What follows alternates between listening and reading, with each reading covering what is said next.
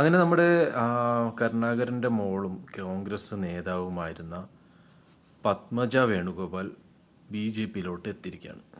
അപ്പോൾ ഇതൊരു പെട്ടെന്നുള്ളൊരു പോക്കാണ് എന്ന് നമുക്ക് എഴുതാൻ പറ്റില്ല.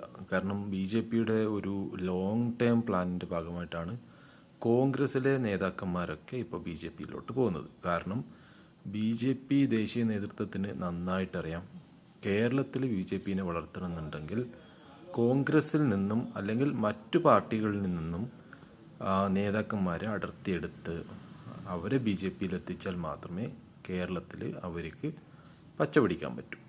അപ്പോൾ അതിൻ്റെ ഒരു ഭാഗം മാത്രമാണ് ഇപ്പോൾ പത്മജ വേണുഗോപാൽ BJPയിലെത്തിയതിൻ്റെ ഒരു കാരണം. മറ്റുള്ള നേതാക്കൾ വരും ദിവസങ്ങളിൽ, മാസങ്ങളിൽ അല്ലെങ്കിൽ ഒരു 1-2 വർഷത്തിനുള്ളിൽ തന്നെ പല നേതാക്കന്മാരും BJPയിലെത്തും.